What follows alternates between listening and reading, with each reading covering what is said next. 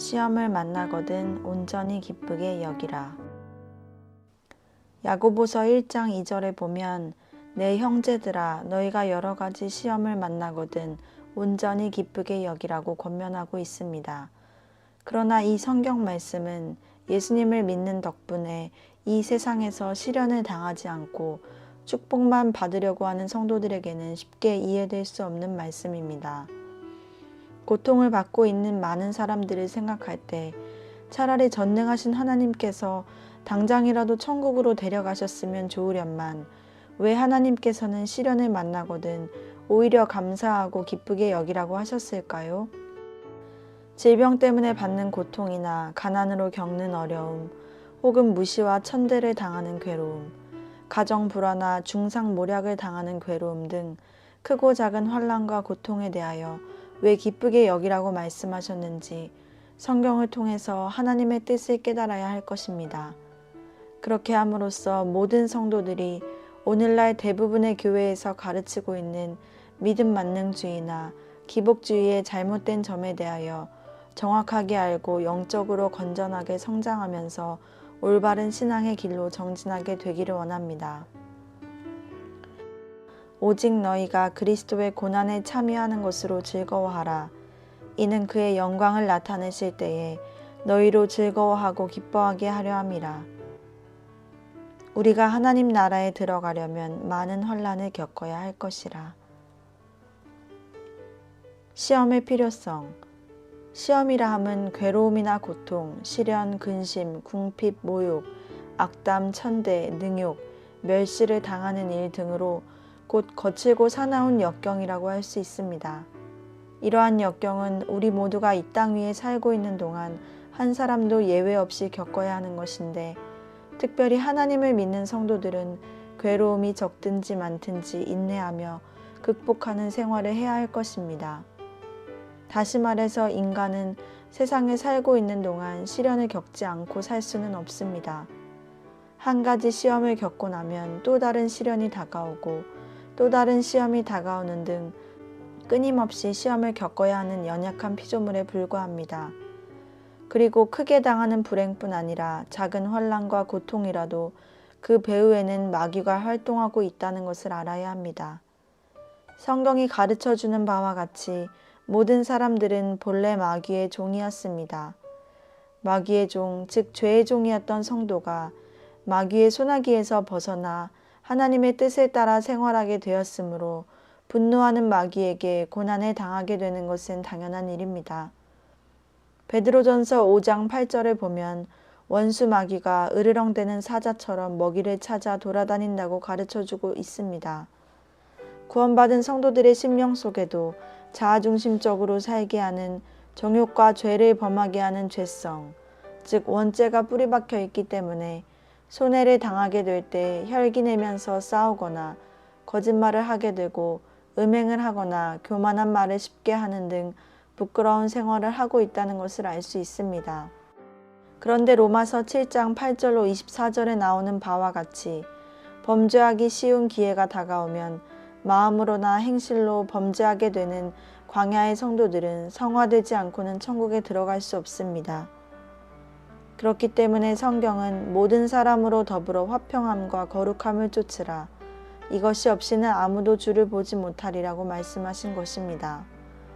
그러므로 마귀들은 하나님의 뜻대로 선한 생활을 하려고 하는 성도들을 범죄하도록 하기 위하여 미혹하고 있으며, 범죄하는 성도들의 마음속에 달라붙어 죄악적인 쾌락을 즐기는 가운데 성도들을 더욱 타락시키기 위하여 활동하고 있다는 것을 알아야 할 것입니다.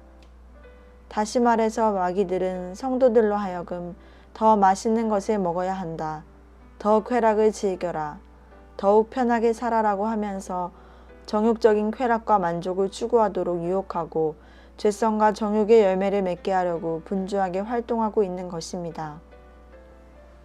이러한 유혹이 있을 때 광야의 성도들은 정욕적으로 만족스럽지 못하여 범죄에 빠지기 쉽습니다. 맛있게 먹어야 하는데 맛이 없는 음식을 가져왔다든지, 자존심이 상처를 받게 되었거나 이익을 추구하거나 손해를 보게 될 경우가 되었다든지, 잠을 더 자려는데 못 자게 방해를 받았다든지 하는 등 이러한 환경과 기회가 모두 마귀의 미혹을 받으며 범죄하기 쉬운 환경들입니다.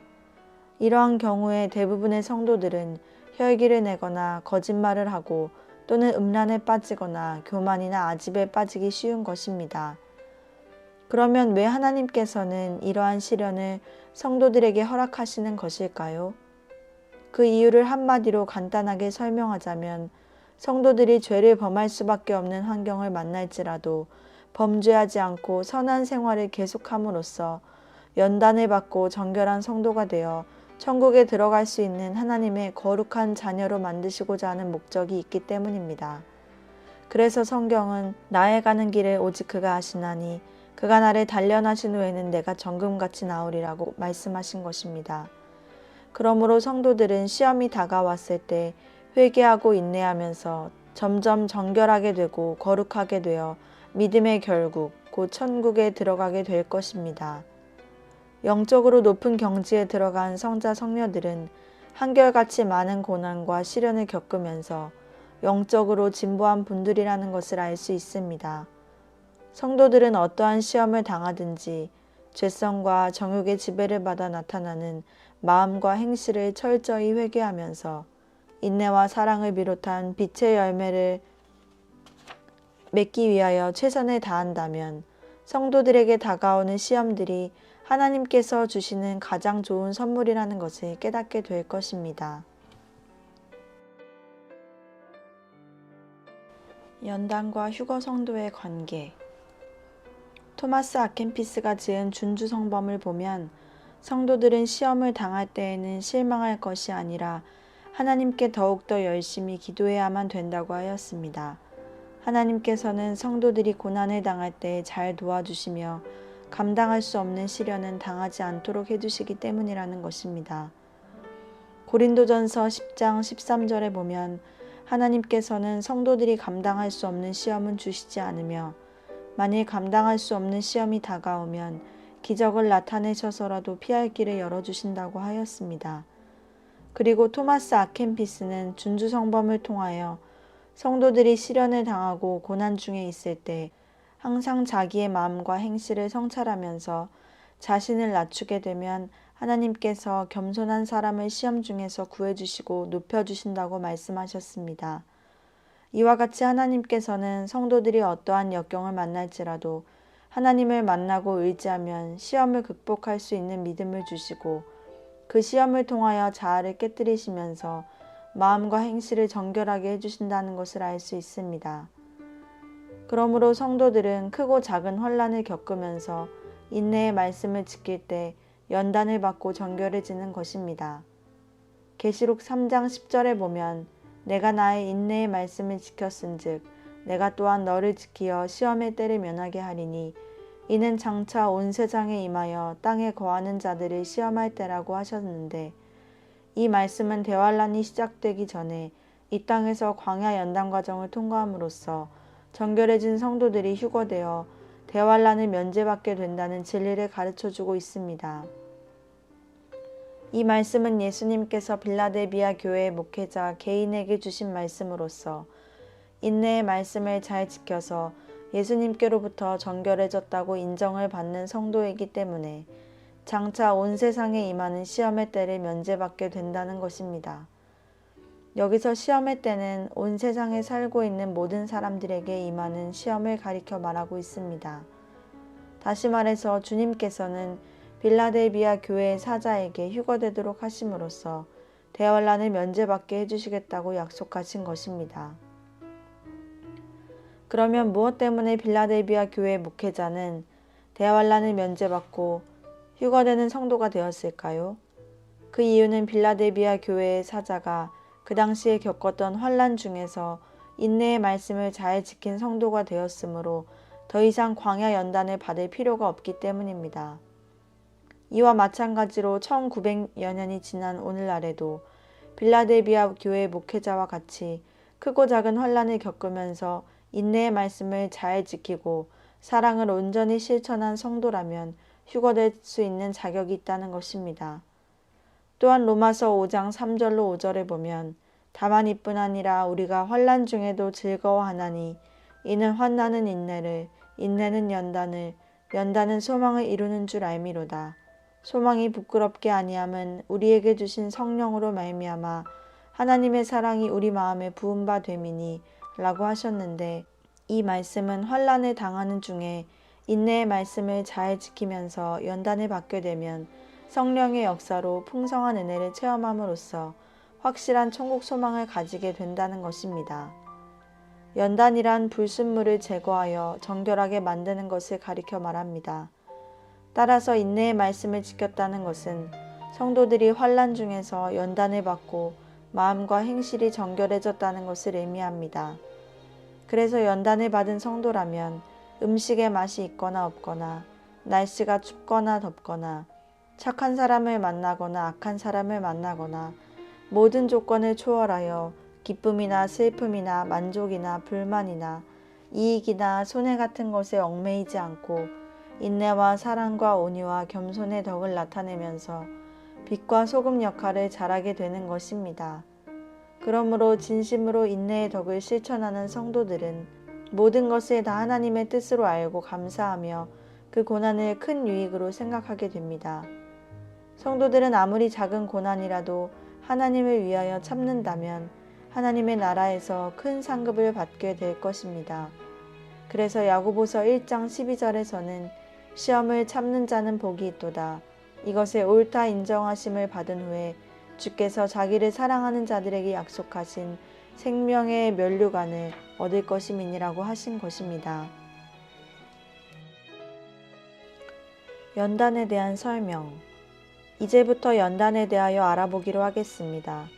요한계시록 3장 15절로 17절을 보면 내가 내 행위를 아노니 내가 차지도 아니하고 더없지도 아니하도다.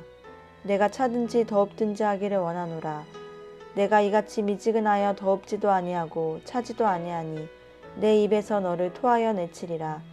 내가 말하기를 나는 부자라 부요하여 부족한 것이 없다 하나 내 공고한 것과 가련한 것과 가난한 것과 눈먼 것과 벌거벗은 것을 알지 못하도다. 내가 너를 권하노니 내게서 불로 연단한 금을 사서 부요하게 하고 흰옷을 사서 입어 벌거벗은 수치를 보이지 않게 하고 안약을 사서 눈에 발라보게 하라고 하였습니다. 이 말씀은 라오디게아 교회의 전체 교인에게 해당되는 것이 아니라 라오디게아 교회 목회자 한 사람에게 해당되는 말씀입니다. 이 편지에서 보면 예수님께서는 라오디게아 교회의 목회자를 향하여 책망하시는 것을 알 수 있습니다. 라오디게아 교회의 목회자는 교회가 부흥되고 설교에도 자신 있고 학벌도 좋고 교인들도 많고 재정적으로 넉넉하여 성공적인 목회자라고 착각하여 자긍하고 있습니다.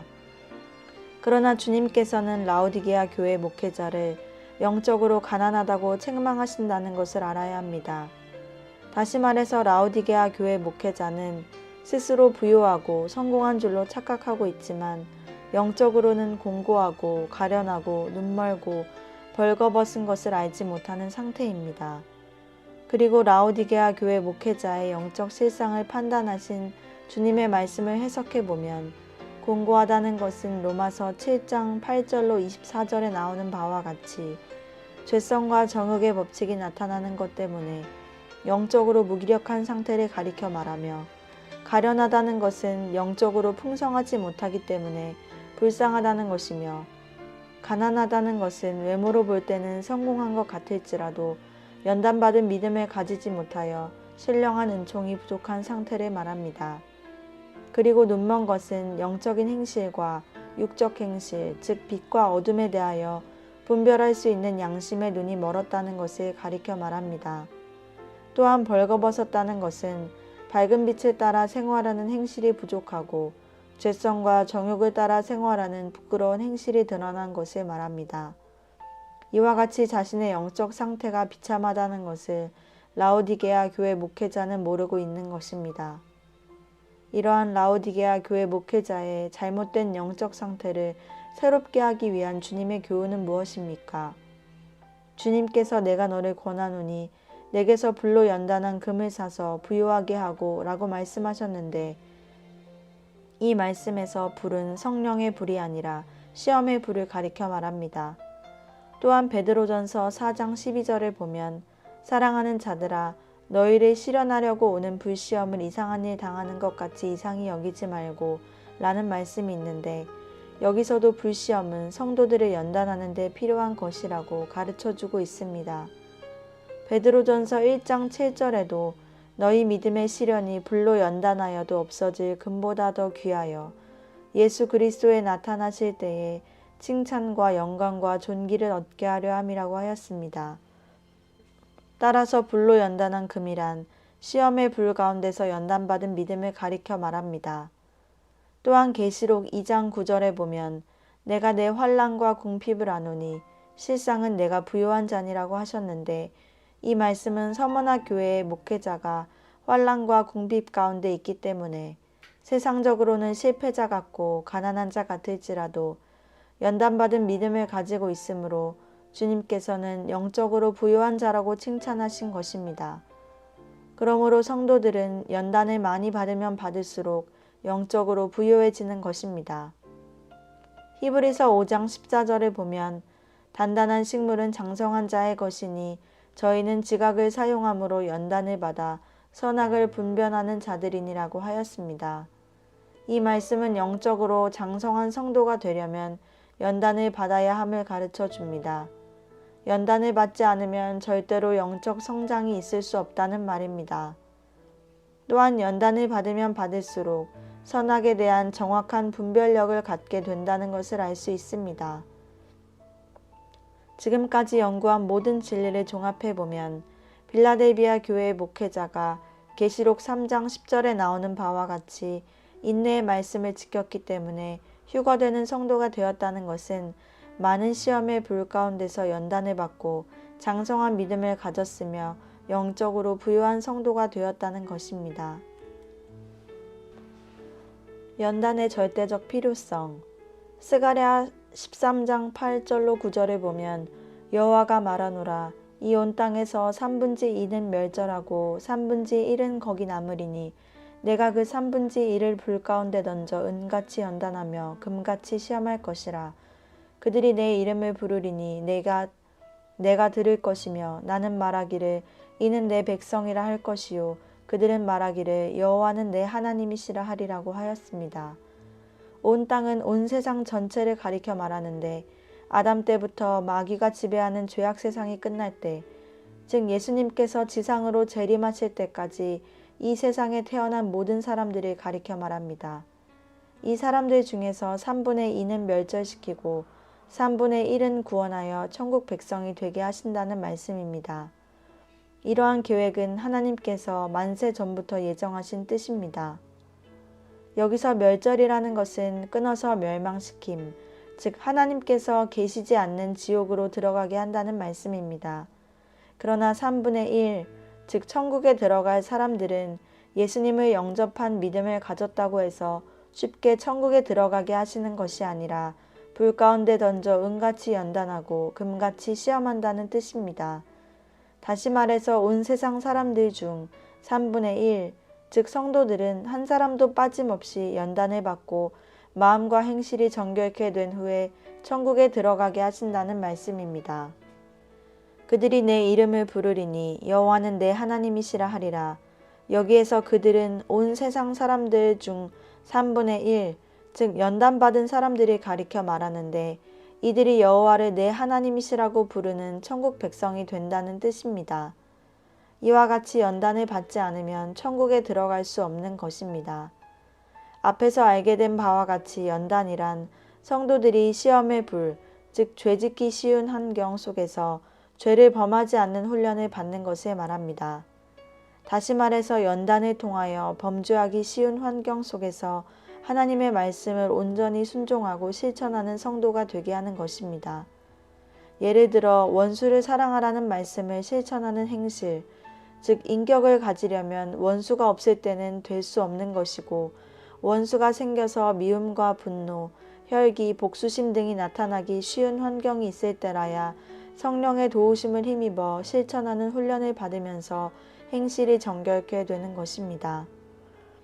좀 더 구체적으로 설명하면 성도들을 연단하시는 목적은 사람 속에 뿌리 박혀 있는 죄성, 즉 원죄와 정욕의 지배를 받는 마음과 행실을 정결케 하는 데 있다는 것입니다. 연단은 재련소에서 불순물을 제거하는 재련 작업과 같은 원리입니다. 그래서 성도들은 불 가운데 던져 은같이 연단하며 금같이 시험하는 과정을 통과하여 정결케 된 후에 천국에 들어가게 된다는 것입니다. 이와 같은 성도들은 천국에 들어가기 전에 마음과 행실이 정결케 되기 위한 연단 과정이 있음을 확실히 알아야 합니다. 광야 연단 과정에 대한 모형적 진리. 스가랴 13장 8절로 9절의 말씀을 통하여 성도들이 처음에 구원을 받게 되면 하나님께서 불 가운데 던져서 연단하시고 시험하신다는 진리를 알게 되었습니다. 그런데 하나님께서는 이스라엘 백성들을 통하여 성도들이 광야 연단 과정을 통과한 후 가나안 땅에 들어가는 진리를 모형적으로 나타내 주셨습니다. 구약시대에 애굽 땅에서 노예 생활을 하던 이스라엘 백성들이 출애굽하여 광야 40년 동안의 여정을 마치고 가나안 땅에 들어가 예루살렘 성과 이스라엘 왕국을 완성할 때까지의 발달 과정은 성도들이 처음 신앙을 가질 때부터 완덕에 이르기까지의 영적 성장 과정과 노아 시대의 홍수 심판 이후부터 영원한 천국이 완성될 때까지 인류 역사의 발달 과정을 모형적으로 나타내신 하나님의 설계도입니다. 여기에서 이스라엘 왕국이 발달하는 과정 가운데 출애굽한 때로부터 광야의 길을 통과하여 가나안 땅에 들어가기까지의 과정은 모든 성도들이 익은 열매가 되어 천국에 들어갈 때까지의 영적 성장 과정을 보여주는 모형적 진리입니다. 모형이라는 것은 실상, 즉 원형과 비슷하게 만들어 놓고 원형에 따라서 알게 해주는 것을 말합니다. 그러므로 이스라엘 백성들을 통하여 보여주는 모형적 진리는 죄인들이 구원받고 천국에 들어가는 과정을 순서대로 알기 쉽게 가르쳐주는 것입니다. 이제부터 모형적 진리에 대하여 알아보겠습니다. 저희가 섬기는 것은 하늘에 있는 것의 모형과 그림자라. 모세가 장막을 지으려 할 때에 지시하심을 얻음과 같으니 가라사대 삼가 모든 것을 산에서 내게 보이던 본을 쫓아 지으라 하셨느니라. 모형적 진리에 대한 해설. 가나안 땅, 천국 즉 하나님 나라에 대한 모형. 애굽 땅, 불신과 죄악 세상의 모형. 바로 악령 세계의 최고 통치자로서 타락한 루시퍼 천사장의 모형. 이스라엘 백성, 천국에 들어갈 백성, 즉 성도들의 모형. 애굽 백성, 지옥에 들어갈 백성, 즉 불신자들의 모형. 모세, 여호수아, 사사들, 사울왕, 다윗왕 등 이스라엘 백성의 영도자들, 성도들을 인도하시는 예수님 또는 성령님의 모형. 출애굽, 성도가 성령님의 도우심과 보혈의 은총을 힘입어 구원받은 경험, 즉 신앙생활의 출발점에 대한 모형. 광야, 이스라엘 백성들이 가나안 땅에 들어가기 위하여 준비하는 장소인데 이것은 구원받은 성도들이 천국에 들어가기 위하여 준비하는 과정, 즉 연단을 받아 정결케 하는 과정에 대한 모형. 바로 군대, 아말렉 군대, 아모리와 바산과 미디안 군대들, 광야의 길에서 성도들을 유혹하고 방해하고 대적하는 악령들의 모형. 할례산, 심령의 할례, 성결 은총을 받는 장소의 모형. 악령들의 역사와 연단과의 관계. 광야를 통과하는 성도들은 악령들의 방해를 받으면서 연단을 받고 정결케 됩니다. 악령들의 방해 활동은 성도들의 생활 환경 속에서 수많은 시험 풍파와 유혹 등으로 나타나는데 이것은 범죄하기 쉬운 환경들로서 성도들은 그 가운데서 연단을 받게 됩니다. 악령들이 역사할 때 나타나는 환경들에 대해서 욥기에 나타난 신뢰를 들어 설명하고자 합니다. 우스 땅에 욥이라는 사람이 살고 있었습니다. 그는 부자였고 자녀들은 10남매였습니다. 그런데 어느 날 갑자기 스바 사람들이 나귀떼를 약탈하고 종들을 죽였으며 하늘에서 불이 내려 양들과 목자들을 태워버렸습니다. 그리고 갈대아 사람들이 약대를 약탈해가고 종들을 죽였습니다. 이와 같은 재앙들은 하나님께 허락받은 사단이 역사하여 생긴 것입니다. 그 다음에는 욥의 큰 아들의 집에서 10남매가 모여 음식을 먹다가 태풍이 불어 집이 무너져 몰사해 버렸는데 이것도 사단의 역사로 생긴 재앙이었습니다. 그리고 욥은 몸에 악창이 생겨 제 위에 앉아 기와 조각으로 몸을 긁으면서 고통을 받게 되었고, 아내까지도 욥에게 하나님을 욕하고 죽으라고 악담을 하면서 떠나버렸는데, 이와 같은 일도 사단의 역사로 생긴 것입니다. 또한 욥의 새 친구가 와서 위로해 준다는 것이 오히려 정죄하고 괴롭히기만 하였는데, 이때도 사단이 욥의 새 친구 배후에서 역사하였던 것입니다. 이와 같이 사단, 즉 마귀들은 성도들의 생활 환경 배후에서 역사하여 거칠고 사나운 환경을 만들고 있는 것입니다. 그리고 참소하고 정죄하고 유혹하며 공포에 떨게 하는 것도 마귀가 역사할 때 생기는 일입니다. 이상과 같이 출애굽한 이스라엘 백성들이 광야 40년 과정을 마치고 가나안 땅에 들어간 것은 성도들이 애굽과 같은 이 세상에서 구원받고 천국에 들어가기 위한 준비 과정, 즉 광야 연단 과정을 통하여 정결케 되어 천국에 들어간다는 것을 모형적으로 보여주는 진리입니다. 그러므로 광야 연단 과정은 구원받은 성도가 천국에 들어가기 위한 준비 과정으로서 하나님께서 만세 전부터 예정하신 것입니다. 그리고 바로의 군대, 아말렉의 군대, 아모리와 바산과 미디안의 군대들은 광야 연단 과정에서 성도들을 연단하기 위해 준비된 악령들을 모형적으로 보여주는 것입니다. 악령들은 유혹과 환난과 핍박을 일으켜서 성도들을 괴롭히지만, 오히려 성도들은 연단을 받아 정결케 되므로 천국에 들어갈 준비가 완성됩니다. 따라서 광야 연단 과정은 천국 백성으로 예정된 3분의 1 정도 되는 사람들에게는 단 한 사람도 예외 없이 통과해야 될 필수 과정이라는 것을 분명히 알 수 있습니다. 연단을 받는 성도들의 자세. 예수님을 믿는 사람들 중에는 예수님 덕분에 축복과 평안을 받고자 하는 사람은 많으나 고난을 받고자 하는 사람은 매우 적습니다. 대부분의 그리스도인들이 예수님과 더불어 세상적인 행복과 평안을 즐기려고 하지만, 예수님을 위하여 고통을 참고 견디겠다는 훌륭한 성도들은 매우 적습니다. 많은 사람들이 예수님을 사랑하되 곤란을 당하지 아니하는 때만 사랑합니다. 또한 하나님의 도움과 위로가 적다고 생각될 때는 원망을 하기도 하고 낙담하기도 합니다. 예수님께서도 부활의 영광을 얻으시기 전에 십자가의 큰 고통을 겪으셨습니다. 예수님께서는 매일매일 십자가를 짊어지고 순교적인 생활을 하셨는데, 우리는 언제나 평안과 형통함만을 원하고 육신적인 즐거움만을 누리고자 한다면 무슨 가치가 있겠습니까? 우리가 영적으로 빠르게 성장하려면 세상적인 쾌락과 위로를 십자가에 못 박으면서 밝은 빛 좁은 길로 정진하며 어려운 일을 많이 참아 견디어야 하는 것입니다. 연단은 하나님께서 주시는 사랑의 선물이라는 것을 알아야 하며, 우리는 언제든지 연단받기를 사모하는 믿음으로 충만한 가운데 크고 작은 고난을 잘 극복하면 영적인 유익이 대단히 많을 것입니다. 우리들이 자기에게 주어진 십자가를 지고 예수님을 따르는 자세로 생활할 때 마음과 행실이 정결하게 되어 익은 열매가 될 것입니다.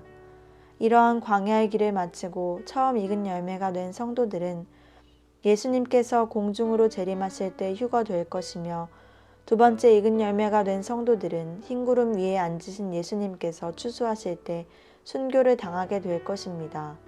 또한 세 번째 익은 열매가 된 성도들은 대환란의 마지막 순간에 지상에 재림하실 예수님을 통하여 육체로 천년 그리스도 왕국에 들어가는 행복을 누리게 될 것입니다. 생각건대 현재의 고난은 장차 우리에게 나타날 영광과 좋게 비교할 수 없도다.